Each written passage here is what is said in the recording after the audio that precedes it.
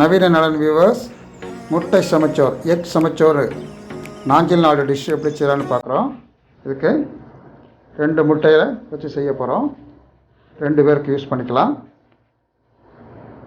ஒரு கிண்ணத்தில் தேங்காய் துருவி எடுத்து வச்சுருக்குறோம். மஞ்சள் பொடி 1 கரண்டி, கருவேப்பிலை 5-6, இதில்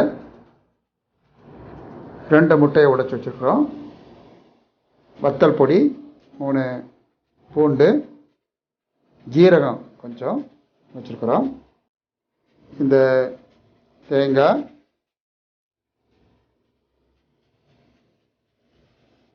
ஒரு கரண்டி வத்தல் பொடி,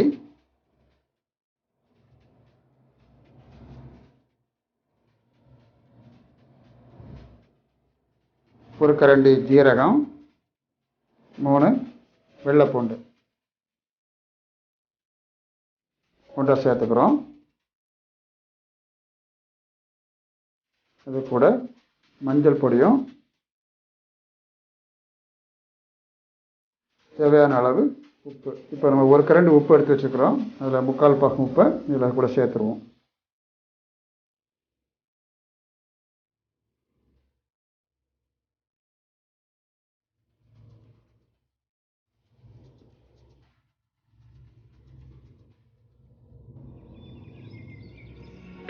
மஞ்சள் பொடியும் அதில் கலந்துக்கிட்டு நல்லா மிக்சியில் ஜாரில் போட்டு, சின்ன ஜாரில் போட்டு நல்லா அரைச்சி வச்சுங்க. இப்போ நல்லா அரைச்சி வச்ச இந்த ஜார்லேருந்து ஒரு 3 கரண்டி இந்த முட்டையை கூட சேர்த்து, 2 அல்லது 3 சேர்த்துக்கலாம். 2 கரண்டி அல்லது 3 கரண்டி சேர்த்து முட்டையை நல்லா மிக்ஸ் பண்ணிங்க.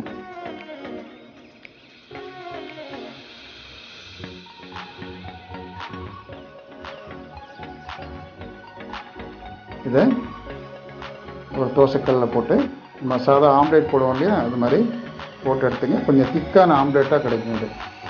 ஏன்னா இதுலேயும் தேங்காய் மசாலா சேர்ந்துருக்கிறதுனால கொஞ்சம் திக்கான ஆம்லேட்டாக கிடைக்கும். அதை 2 ஆம்லேட் போட்டுக்கலாம். போட்டு அதை இந்த மாதிரி துண்டு துண்டாக எடுத்து வச்சுங்க. ஒரு வாணலியை சூடாக்கி 1 கரண்டி தேங்காய் எண்ணெய் அல்லது கடலை எண்ணெய் ஊற்றிட்டு, அதில் 1 கரண்டி ஜீரகம், 1 கரண்டி கடுகு, எடுத்து வச்சுருக்கிற கருவேப்பிலை எல்லாம் போட்டு முதல்ல வதக்கி வச்சுங்க.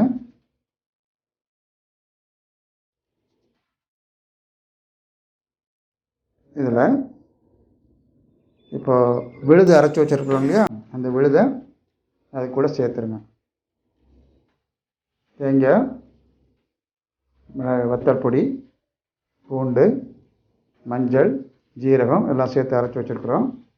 அதை நல்லா சேர்த்து ஒரு அரை டம்ளர் தண்ணியை வச்சு அதில் இந்த மிக்சியை திரும்ப நல்லா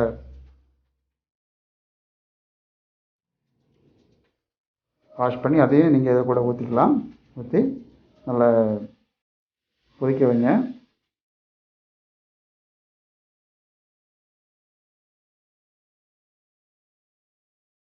இது நல்லா கொதித்த பிறகு ஆற வச்சிடணும்.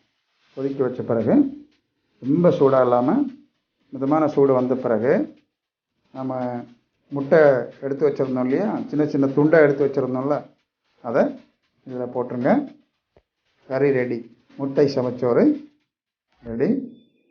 இது மிக சுலபமாக சிறிது நேரத்தில் ஒரு 10 நிமிடத்தில் இது பண்ணி முடிச்சிடலாம்.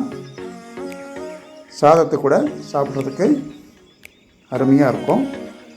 நீங்களும் செய்து பாருங்கள், சுவைத்து பாருங்கள்.